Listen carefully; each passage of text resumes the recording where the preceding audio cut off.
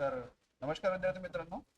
आज आपल्यासोबत आपले जे गेस्ट आहेत त्यांचं नाव आहे गणेश नेमाडे. यांच्याबद्दल जर सांगायचं झालं, यांचं बीकॉम मध्ये जे आहे ग्रॅज्युएशन झालेलं आहे आणि बीकॉम नंतर जे आहे यांनी MBA इन मार्केटिंग केलेलं आहे आपल्या अमरावती युनिव्हर्सिटी मधनं. आणि आता जे आहे यांचं PNB म्हणजे पंजाब नॅशनल बँकेमध्ये मार्केटिंग ऑफिसर म्हणून सिलेक्शन झालेलं आहे. तर सर्वात पहिले त्यांना शुभेच्छा, त्यांना जी पोस्ट मिळाली आहे है ना. आणि आज आपण जे गणेश सोबत मिळत आहोत, तो गणेशचा आपल्याला इथे पूर्ण प्रवास जाणून घ्यायचा आहे की कसं त्यांनी MBA नंतर सुद्धा बँकिंग हे करिअर चॉईस केलं आणि कशा प्रकारे त्याचा अभ्यासाचा प्रवास होता, काय त्याला अडचणी आल्या किंवा काय नेमके कुठले त्यांनी बुक्स रेफर केले आणि कसं काय आपण सुद्धा त्याच्या प्रवासातून जाणून घेऊन आपण सुद्धा ती पोस्ट मिळवू शकतो, याबद्दल पूर्ण आपण जाणून घेऊया. ठीक आहे. तो गणेश, आमचा प्रश्न आहे तुमच्यासाठी की पहिले तर तुम्ही जसं आता बीकॉम झालं त्यानंतर तुम्ही मार्केटिंग केलं MBA. तर बरेच जण MBA नंतर जे आहे ते कंपनीकडे वळतात है ना, प्रायव्हेट जॉबकडे. तसं काही कॅम्पस वगैरे किंवा काही सिलेक्शन तुम्हाला आलेलं होतं? हो सर, कॅम्पस वगैरे सिलेक्शन तर माझं झालं होतं. ओके. पण कॅम्पस मधून पण गेलो नाही. मी स्वतःमध्ये आणखी एफर्ट्स वगैरे घेतले, म्हणजे स्किल्स वगैरे थोड्या इम्प्रूव्ह केल्या ओके. आणि मला फायनली एक जॉब मिळाला होता.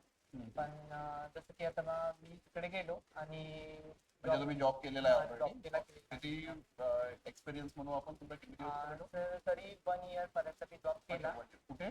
तर मी पुण्याला जॉब केला. ओके, पुण्याला जॉब. हो.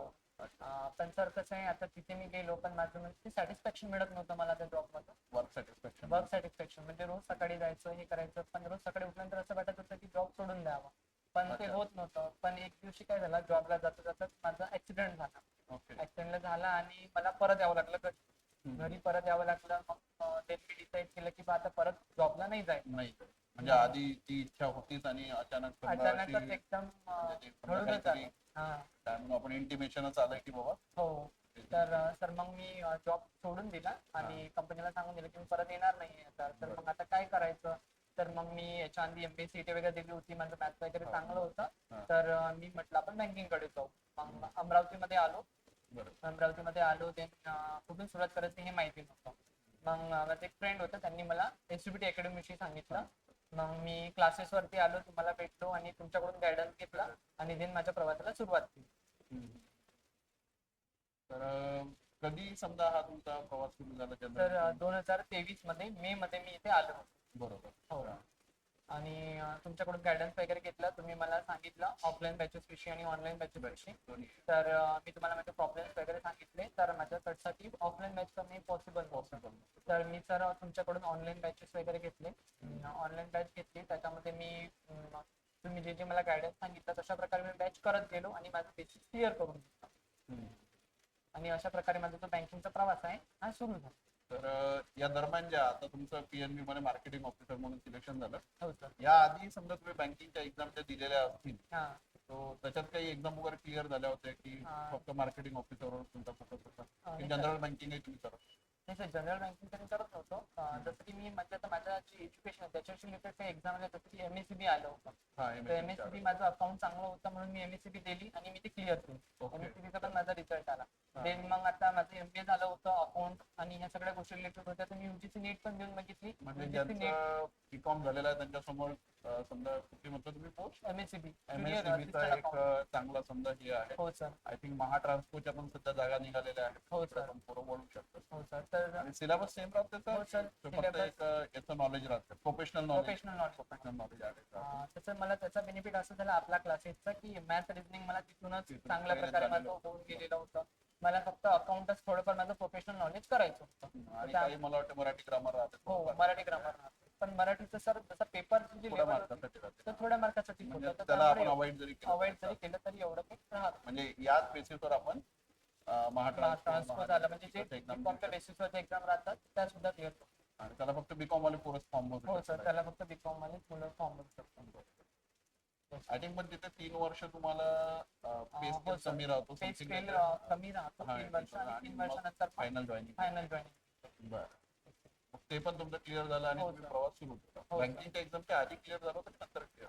सर जसं की मी जो पेपर दिला होता 17 ऑक्टोबरला बुलढाण्याला माझा पेपर झाला होता आणि याची जी फ्री होती माझी ती होती 9 नोव्हेंबरला. मी तो पेपर देऊन दिला पण त्याचा रिझल्ट आलाच. मग माझी फ्री पण झाली 9 नोव्हेंबरला 14 डिसेंबरला मेन्स पण झाली आणि MSCT चा रिझल्ट आला 15 जानेवारी. अच्छा. हा म्हणजे माझी प्री मेन्स क्लिअर झाली होती, त्याच्या नंतर रिझल्ट आला MSCT चा. मला छत्रपती संभाजीनगर भेटलं होतं. ओके. देन मग माझा इंटरव्ह्यू पण आलेलाच होता, म्हणून मी तिकडे जाऊन फक्त डॉक्युमेंट व्हेरिफिकेशन वगैरे करून घेतलं आणि त्याला थोडं होल्डवर ठेवलं. बरोबर. तिकडे इंटरव्ह्यू दिला, मला माहिती होतं 1 एप्रिलला रिझल्ट येणार आहे, म्हणून मी तिथपर्यंत वाट बघितली आणि रिझल्ट आला. तर मला एक प्रश्न म्हणजे असाच दिसतो तुमच्यासाठी, येस सर. जसं तुम्ही तिकडे जॉब केला आणि नंतर सडनली घरी यायचं काम म्हणजे ऍक्सिडेंट झाला, हो. घरी आले तुम्ही आणि हे डिसिजन घेतलं की बाबा आपल्याला आता या क्षेत्रात या जायचं आहे. क्षेत्रात तो मला असं वाटते बरेच असे मुलं असतील तुमच्यासारखे ज्यांनी म्हणजे आता जे जॉब करत आहे हो आणि ते गोंधळात असतील हो है ना, की बाबा म्हणजे मी जर हा जॉब सोडला तर ही हातकणी जावं आणि तिकडे सर्टनिटी आहे म्हणजे मला मिळेल की नाही मिळेल, म्हणजे जॉब लागेल की नाही लागेल समजा दुसरा, हा जो गोंधळ असतो मुलांमध्ये. हो आता तुम्हालाही तो गोंधळ गेलेला असेल. हो. नेमकं तुम्ही कसं म्हणजे स्टेबल झाले त्या परिस्थितीमधून, सर, कारण एकदम इन्कम येत होतं आणि इन्कम स्टॉप झाला आणि म्हणजे ते खूप हो. डेंजर गोष्ट आहे जसं म्हणू आपण समजा. तर सर जसं की आता मी जॉब करत होतो, तर मी म्हणजे माझा निर्णय जॉब सोडायचा, पण ते एकदम सडनली ऍक्सिडेंट झाला आणि मला घरी यावं लागलं. हा, म्हणजे तर, एक तो तुमच्यासाठी प्लस पॉईंट plus झाला आपण point म्हणू झाला. सरळ सरळ. आणि कंपनीने लवकर बोलावलं होतं, पण माझ्यासाठी जाणं पॉसिबल नव्हतं कंपनीमध्ये लवकर, तर मला जॉबच सोडावा लागला. अच्छा. मी घरी आलो, घरच्यांसोबत वगैरे बोललो याविषयी, पण सगळे म्हणत होते किंवा टाइम खूप लागते जसं गव्हर्नमेंट एक्झाम वगैरे गव्हर्नमेंट म्हटलं तर. एक्झाम पण, म्हणजे हा एक आहे पोरांमध्ये भ्रम. हो मला असं वाटतं बाबा, मी जसं तुझ्यासोबत बोललो होतं की जर आपण ठरवलं तर आपल्या 1 वर्षाच्या अंतर्गतही होऊ होऊ शकते शकते. आणि त्याचा रिझल्ट दिसून राहिला आपल्याला. Yes sir.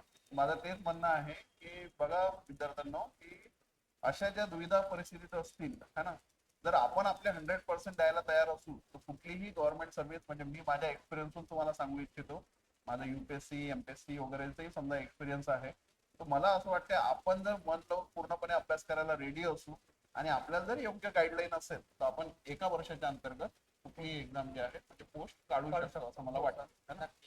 म्हणजे आपण त्या विद्यार्थ्यांना सांगू शकतो की जर if you are not satisfied and you are ready to give a 1 year perfectly है ना, विथ अ वेल गायडन्स, म्हणजे चांगल्या गायडन्स सोबत जर आपण 1 वर्ष देऊ शकतो, 1 वर्ष जर स्टेबल राहू शकतो, तर आपली एक्झाम निघण्याचे चान्सेस भरपूर सारे आहे म्हणून आपल्याला है ना.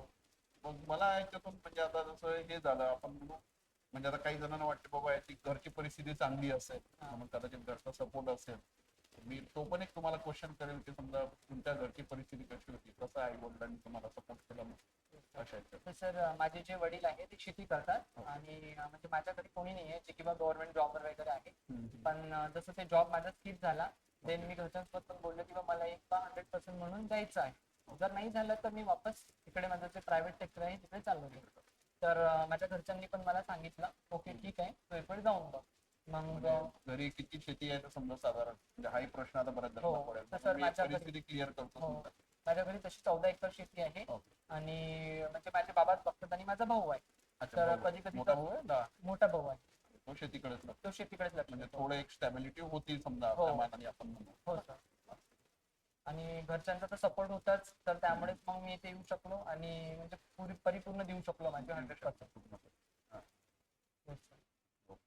साधारण परिस्थिती होती, हो सर, म्हणजे थोडीफार स्टेबल आपण ज्याला म्हणू की आपण करू शकतो. करू शकतो. तर तुम्ही जसं सांगितलं की तुम्ही घरी राहून तसं मला भेटले होते नंतर पैसे नाही आणि घरून अभ्यास करायचा ऑनलाईन. हो सर.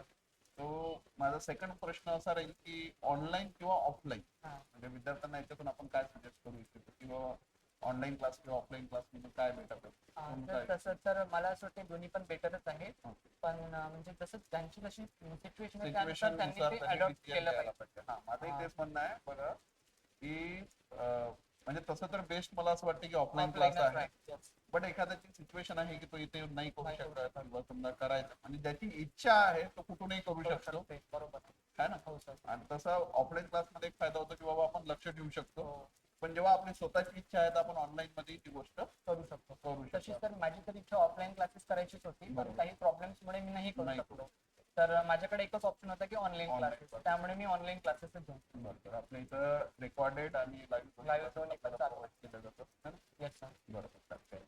तर दुसरं मला असं विचारत होतं की जसं आता मुलांना प्रश्न पडतो तसं तर यामधून मला एक गोष्ट सांगायची आहे, म्हणजे पोरं प्रश्न विचारतात की सर अभ्यास किती तास करायला पाहिजे है ना. तर म्हणजे माझं तर त्यांना आन्सर राहील की बाबा हा क्वेश्चन चुकीचा आहे की अभ्यास किती तास करायला पाहिजे.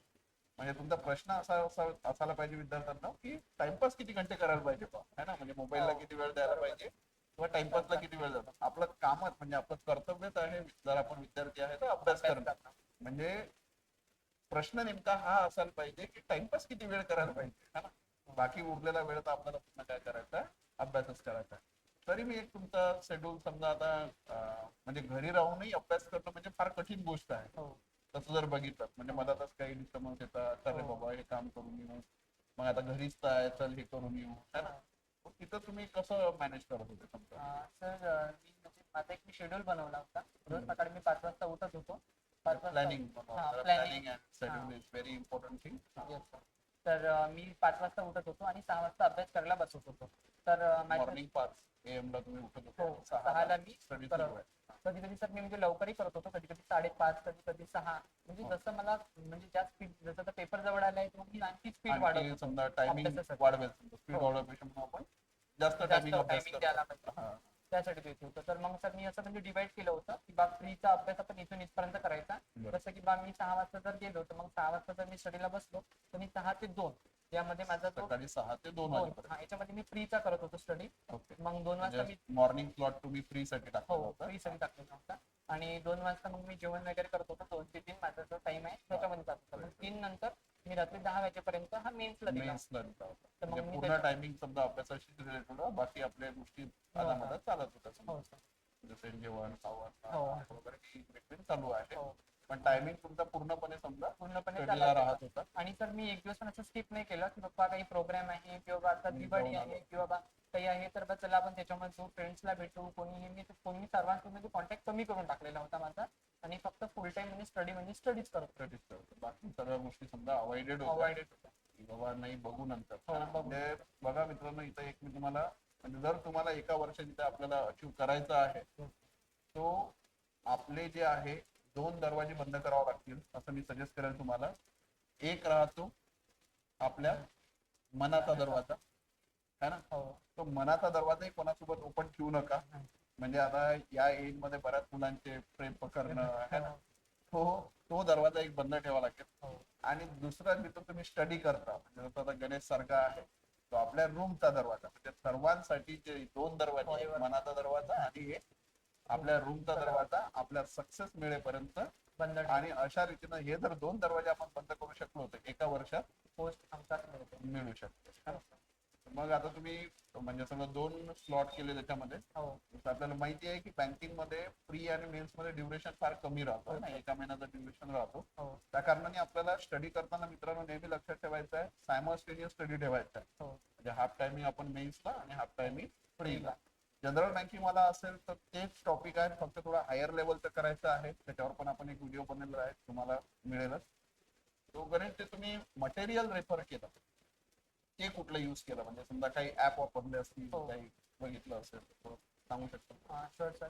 तर सर मी आपले जे क्लासेस होते त्याच्यातून पहिले मी माझं बेसिक वगैरे Basic क्लिअर करून घेतलं आणि रोज प्रॅक्टिस करायचो. जसं आपल्या क्लासेसचे Classes नोट्स घेतलं वगैरे आहे त्याच्यामधून मी रोज म्हणजे सिम्प्लिफिकेशन विच प्रॉब्लेम झाले, नंबर सिरीज वगैरे जातं, क्वाड्रेटिक इक्वेशन, 2 डीएचचे सेट, 2 पद्धत हे आपल्या क्लासेसच्या नोट्स मधून मी रेग्युलर बेसिसवर करत होतो. आता म्हणजे जे समजा इम्पॉर्टंट आहेत हा. मोस्टली, ज्याच्यावर Mostly. 70% एक्झाम डिपेंड आहे, ते आपण रोजचं करायचं. रोज करत होतो. बरोबर. आणि जसं क्लासेस कसे आता मग माझं आता बेसिक वगैरे क्लिअर झालं, ऍडव्हान्स लेवल पण आपल्या क्लासेसमध्ये अवेलेबल आहे. बरोबर. तर मी ऍडव्हान्स लेवलवर पण जात होतो. ऍडव्हान्स लेवलमध्ये मी माझे जे डाऊट होते क्लिअर करत होतो.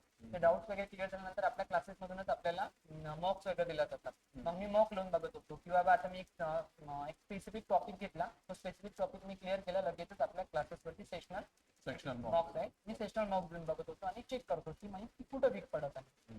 देन मग मी असं इम्प्रूव्ह करत गेलो स्वतःला रेग्युलर जिथं समजा डाऊट जात आहे किंवा जिथं चुकत आहे त्याला आपण इम्प्रूव्ह करायचं. इम्प्रूव्ह केला आणि पुन्हा पुन्हा टेस्ट. म्हणजे आपण 2 प्रकारचे मॉक जसं मी सांगितलं आहे की सेक्शनल मॉक आणि फुल लेंथ मॉक. म्हणजे एक टॉपिक जर तुमचा प्रिपेअर झालाय तर त्याच्या पहिले सेक्शनल मॉक द्या, आणि जेव्हा एक्झाम तुमची जवळ आलेली आहे त्यावेळेस समजा 1 महिन्यापासून आपण फुल लेंथ मॉक. पहिले आपण सेक्शनल मॉकला preference then full length mock. Full length मॉकला प्रिफरन्स. येस. आता जसं तुमचं मार्केटिंग ऑफिसर म्हणून सिलेक्शन झालेलं आहे, आता मोस्टली जसं आपल्याला माहिती आहे की आपल्या क्लासमध्ये नाही आहे किंवा अदर इकडेही नाही आहे, मार्केटिंगचं material available.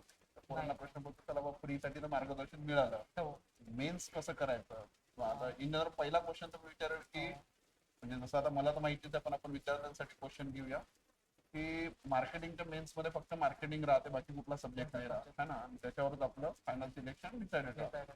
60 मार्क्सचा I think paper राहतो है ना, 60 क्वेश्चन 60 मार्क्स आणि 45 मिनिटचा टायमिंग आहे आणि त्यामध्ये फक्त मार्केटिंग रिलेटेड क्वेश्चन आहे. तो काय एखादं कुठलं बुक अवेलेबल असेल किंवा कसं तुम्ही प्रिपेअर केलं त्याला? हो सर. तर सर माझं जे एमबीएचा सिलेबस वगैरे होता ना, मी ते पण बुक प्रिपेअर केले आणि एक फिलिप कोटलरचं आहे, Philip Kotler. Philip Kotler 15 edition म्हणून आहे. मी त्या बुक्सच्या पण म्हणजे ऑनलाईन काढून कुठे घेतल्या. मिळेल समजा मुलांना ते तर तर ते सर सपोज तुम्ही ऑनलाईन पण म्हणजे मागू शकता. अमेझॉन फ्लिपकार्टवर पण अवेलेबल आहे. मी ऑनलाईन सर्च केलं, ऑनलाईन बघितलं आणि त्याच्यावरून झेरॉक्स काढून काढून आणि त्याचे पार्ट बनवले 1 2 3 4 आणि रोज एक एक एक एक एक म्हणजे जसं माझा टाइम झाला 4 पार्ट हा हा तर मग एक एक एक एक म्हणजे रेग्युलर बेसिसवर किंवा मला जसा टाइम मिळते त्यानुसार मी तो एक एक एक वाचत असताना जेव्हा तुम्ही रीड करत होते ते म्हणजे माझा असा प्रश्न येतो की कसं लक्षात ठेवायचं तुम्ही काही कन्सेप्ट काढला त्याच्यातून, कारण इन्फॉर्मेशन खूप सारी असते. हो सर. तर सर मी काय करत होतो, एखादा स्पेसिफिक टॉपिक म्हणजे काढला की आता पूर्ण तर पेपर मध्ये काही येणार नाही, पण जे मेन पॉईंट झाले ना ते मी माझ्या एका नोट्स मध्ये लिहून ठेवतो. म्हणजे तुम्ही नोट्स काढा, मेन्सच्या नोट्स काढल्या Mains, स्वतःच्या वेगळ्या. जेणे म्हणजे पुस्तक जर बरं, बघितलं. याच्यात एक प्रश्न असा येतो की जेव्हा आपण फर्स्ट टाइम बुक रीड करतो हो तेव्हाच नोट्स काढायला पाहिजे की तुम्ही फर्स्ट रिडिंग केली मग सेकंड हायलाइट केलं आणि थर्ड टाइम नोट्स काढलं, असं काही केलं की ऍट अ टाइम डायरेक्ट जेव्हा फर्स्ट रिडिंग आहे तेव्हाच नोट्स काढणं? हो. तर सर मी काय करत होतो, जसं आता माझं पहिलं म्हणजे फर्स्ट टाइम जेव्हा मी रीड करत होतो तेव्हा 800 पेजेसचं बुक आहे ते. तर फर्स्ट टाइम जेव्हा मी रीड करत होतो त्यावेळेस जी मला इम्पॉर्टंट वाटत होतं ते मी लगेच हायलाइट करत होतो आणि लिहून ठेवत होतो. अच्छा, लिहून ठेवतो, हायलाइट करत होतो. फर्स्ट टाइम तुम्ही लिहिणं आणि हायलाइट केलं. मग सेकंड टाइमला मी आणखी रीड केलं तर मला आणखी काही म्हणजे जे बारकाईच्या गोष्टी आहेत त्या आणखी दिसायला लागल्या किंवा हे पण इम्पॉर्टंट आपल्याला वाटू शकतात, तर मग मी ते पण हायलाइट करायला लागलो आणि अशा करत करत मी ते नोट्स बनवतो. तरी किती रिडिंग झाल्या असतील तुमच्या त्या बुकच्या? सर तरी 7-8 वेळा तरी मी ते बुक रीड 7 ते 8 वेळा. पण याच्यातच जसं मी पण UPSC अभ्यास केला तर मला एक जाणवते की फर्स्ट टाइम आपल्याला रिडिंगला थोडा वेळ लागतो, पण जसं आपलं त्याच्यावरच्या रिव्हिजन वाढत जातात तसं त्याचं टायमिंग करण्याचं मुलांना वाटेल 800 पेज बाबा 8 वेळा वाचणार. एक गोष्ट लक्षात घ्या मित्रांनो की फर्स्ट टाइम जेव्हा आपण एखादं बुक रीड करतो तर मग आपल्याला वेळ लागतो, पण सेकंड टाइम अजून थोडा कमी होतो, थर्ड टाइम अजून, कारण आपल्याला त्यातले कन्सेप्ट माहिती असतात, गोष्टी माहिती असतात. पण आपण नाही केलं 3 ते 4 तरी रिव्हिजन आपल्या फॉर एक्झाम्पल त्या बुकवर व्हायला पाहिजे. आणि फर्स्ट याच्यापासून म्हणजे माझा मी एक एक्सपिरियन्स सांगू इच्छितो विद्यार्थ्यांना की बऱ्याच वेळेला आपण ऐकतो पहिला हायलाइट करा, अंडरलाईन करा आणि मग त्याच्या नोट्स काढा. तर जेव्हा आपण फर्स्ट टाइमच नोट्स काढायला बसतो ना मित्रांनो, तर आपलं कॉन्सन्ट्रेशन खूप चांगलं राहते की आपल्याला या पेज मधून काहीतरी एक्स्ट्रॅक्ट करायचं आहे. म्हणजे वाचत असताना आपला उद्देश असला पाहिजे की या पेज मध्ये इम्पॉर्टंट काय आहे ते आपल्याला एक्स्ट्रॅक्ट करून काय करायचं आहे, नोट डाऊन करायचं आहे. तर आता याच्यात जास्तीत जास्त होईल काय की आपल्याला माहिती नसल्या कारणाने थोडी इन्फॉर्मेशन आपण जास्त लिहून आणि मग नेक्स्ट टाइम समजा अजून त्यातला कन्साइज आपल्याला करतोय. पण माझं सजेशन राहील की अभ्यास करताना नोट्स नक्की काढा, सब्जेक्ट कुठलाही असो. म्हणजे आपल्याला थोडंसं एक म्हणजे आपण बघा नोट्स काढत असताना प्रॉपरली अभ्यासाला बसतो, म्हणजे लिहिण्याची पोझिशन राहते आपली, आणि जेव्हा आपण फक्त रीड करायचं आहे तर मग झोपूनही वाचतो किंवा समथिंग लेटलेला आहे, बसलेला आहे, तर मग ते एक थोडासा इम्पॅक्ट वेगळा पडतो मित्रांनो. तर एका जागी कॉन्सन्ट्रेशन राहतं, नोट्स काढणे इथं बेटर.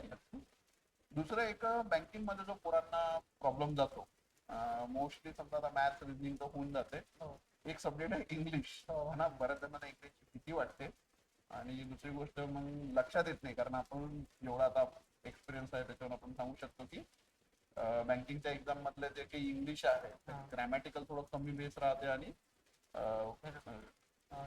कॉम्प्रेन्शन ज्याला म्हणून आपण त्याच्यावर बेसिस राहतो. तर तुम्ही काय आहे तुमचा इंग्लिशचा एक्सपिरियन्स कसा होता? तर माझं इंग्लिश जे आहे ऍव्हरेजच होतं, एवढं पण म्हणजे त्याचा हार्ड लेवल चांगला नव्हता. तर मी इंग्लिशची स्टार्टिंग जे आहे मी बघितले खूप जणांकडून म्हणजे व्हिडिओज वगैरे केले आणि आपल्या क्लासेसचे पण बघितलेले आहेत. तर मी पहिले एडिटोरियल वगैरे बघायचो आणि एडिटोरियल नंतर कुठला न्यूजपेपर तुम्हाला? तर हिंदू.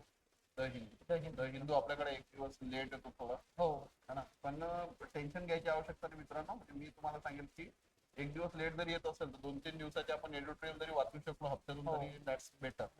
द हिंदूची लँग्वेज जी आहे ती एकदम त्या लँग्वेज सोबत थोडी मॅचिंग करते.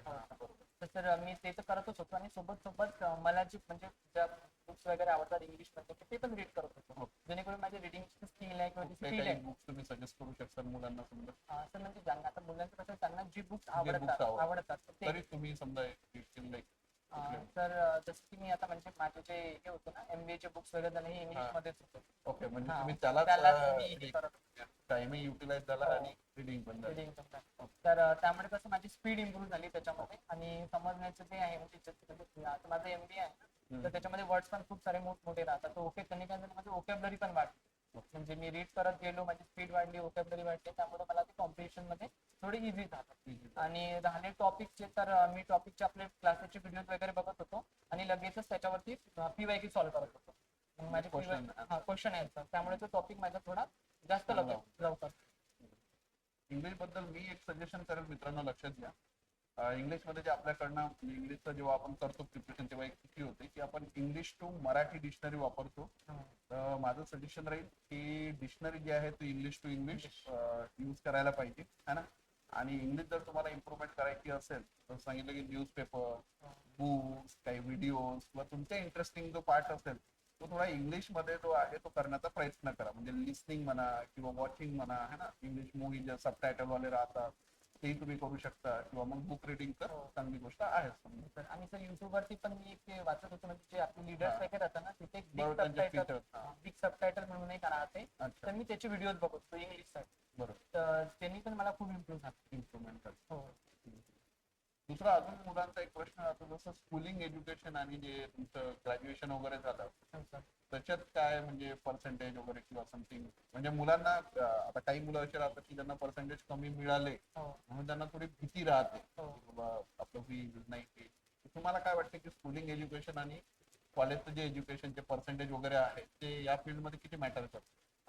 तर मला असं वाटतं की बा जे म्हणजे ग्रॅज्युएशन आणि ह्या सगळ्या गोष्टी आहेत त्या थोड्या डिफरंटच आहेत. म्हणजे बा बरोबर. त्या पर्सेंटेजवर हे आपलं डिसाईड होत इकडचं काही नाही. डिसाइडेड नाहीये महत्वाचा फक्त फॅक्टर तुम्ही एक क्रायटेरिया कम्प्लीट केला जो बँकिंग साठी लागतो, तो क्रायटेरिया तुमचा कम्प्लीट असला तुम्ही 100% देऊन तुम्ही ते पोस्ट क्रॅक करू शकता. असं काही गरज नाही की तुम्हाला 10वी मध्ये 12वी मध्ये 90 एवढे पर्सेंटेज असलेच पाहिजे. लोकांना 60 असले 65 पाहिजे मिळून किंवा सुद्धा त्याचा होऊ शकतो. काही उपयोग नाही आहे नाही. त्याचा आपण बघतो. नाही जसं मला वाटतं तुमचं तुम्ही खेडेगावावरच हो, राहत आहे सर. ना समथिंग. मी खेडेगाव तर मी तेल्हार तालुक्यामध्ये राहतो, रायखेड्या गावी. तेलार तालुका रायखेड रायखेड. गाव. आणि स्कूलिंग एज्युकेशन मग तिथेच हो झालं सर, माझं 1ली ते 7वी जिल्हा परिषद मध्ये झालेलं आहे माझ्या गावामध्ये. देन मग मी तेल्हार आलो होतो. 8वी ते 12वी पर्यंत मी तेल्हार असतो. हा. नंतर मग education समजा इकडे अमरावती. हो सर अमरावती. बघा आता जेटपी मधूनच एज्युकेशन झालेलं आहे साधारणतः मिसळत आहे समजा आपला सर्व हो. प्रवास आहे ना त्यानंतर आपण पोहोचतो. तो आता नेक्स्ट क्वेश्चन असा आहे की याच्यामध्ये मुलं ग्रुप स्टडी किंवा सेल्फ स्टडी याच्यात थोडं कन्फ्युजन राहतं. तर मला तर असं ग्रुप स्टडी पण बेस्ट आहे. Best जर तुम्हाला जर ते ग्रुप भेटत असेल तशा प्रकारचा हा, ग्रुप तशा मिळत प्रकारचा. असेल तर म्हणजे तुमच्याशी जो इंटरेस्ट आहे तुमचे जे सब्जेक्ट आहे त्याच्याशी सेम related इंटरेस्टचा जर ग्रुप Group असेल मिळत आपला असेल. तर बँकिंगच करताय बा हो. सर्वजण आणि मिळत आहे तर मग मिळत that's आहे better. तर बेटर आहे. ग्रुप डिस्कशन बेटर आहे. पण एक सेल्फ स्टडीला जो तुमचा टाइम आहे तो सेल्फ स्टडीलाच Self आहे. study लाच आहे. आणि ग्रुप स्टडीला एक स्पेसिफिक टाइम तुमचा ठरलेला असला पाहिजे की बा एवढा टाइम मी ग्रुप स्टडीला देणार आहे तर तो तेवढाच. पण सेल्फ स्टडीला पण सोबतच आपल्याला वेगळा टाइम द्यावाच लागतो. आणि तुम्हाला आता नेक्स्ट क्वेश्चन असा की समजा तुम्ही जो हा प्रवास होता हो सर. त्याच्यात सपोर्ट तुम्हाला जो मिळाली सपोर्ट सिस्टीम एक तुमच्या जीवनातले आयडियल पर्सन आणि दुसरी गोष्ट म्हणजे ज्यांनी कोणाला या प्रवासात तुम्हाला साथ दिली असेल तर कोण? तर आयडियल तर घरचेच आहेत, आई बाबा आई. वगैरे त्यांनी. आणि मग तुम्ही मला साथ वगैरे दिली आणि माझे फ्रेंड्स वगैरे ज्यांनी मला या प्रवासमध्ये खूप सपोर्ट केला. सपोर्ट केला येस सर्वांची मदत लाभली आणि हो सर. म्हणजे एकटे सक्सेसफुल न होता आपल्या नाही. प्रवासात सर्वांची जी आहे ती साथ साथ. आहे. हो आमिर सर. खान वगैरे आहे. जसं सर आता म्हणजे मला घरून निघायचं होतं किंवा घरून मला इकडे यायचं होतं तर घरच्यांनी साथ दिली. बरोबर. मला क्लासेसच्या विषयी माहिती नव्हतं तर फ्रेंड्सनी सांगितलं आणि बँकिंगच्या विषयी माहिती नव्हतं तर सर तुम्ही सांगितलं. बरोबर. म्हणजे सर्वांच्या सोबतीनं समजा आपला हो, सर. प्रवास हा कम्प्लीट झालं. यशस्वी झाला.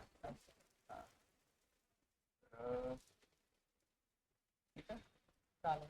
Thank you Ganesh. Thank you so much. हा. सर्वांना जर व्हिडिओ आमचा आवडला असेल है ना हो, सर. पूर्णपणे आपण सांगण्याचा प्रयत्न केलेला आहे. तर नक्कीच व्हिडिओ तुम्हाला कसा वाटला याबद्दल कमेंट करा. आवडला असेल तर आपल्या मित्रांसोबत नक्की शेअर करा. आणि जर तुम्हाला काही अजूनही क्वेश्चन्स असतील तर गणेश सुद्धा आपल्यासोबत आहे, हो, सर. मी तर आहेत आपल्यासोबत. तर तुम्हाला जर काही डाऊट असतील काही क्वेश्चन असतील तर तुम्ही नक्कीच कमेंट करून विचारू शकता किंवा आमचा मोबाईल नंबर कॉन्टॅक्ट नंबर पण तुमच्याजवळ आहे. तो नक्कीच आपण असं भेटत राहूया. आज आपल्यासोबत गणेश मिळाले, आणखी बरेच जण आपल्याला भेटतील आणि अशाच प्रकारे आपल्या व्हिडिओ सोबत जुळले. धन्यवाद.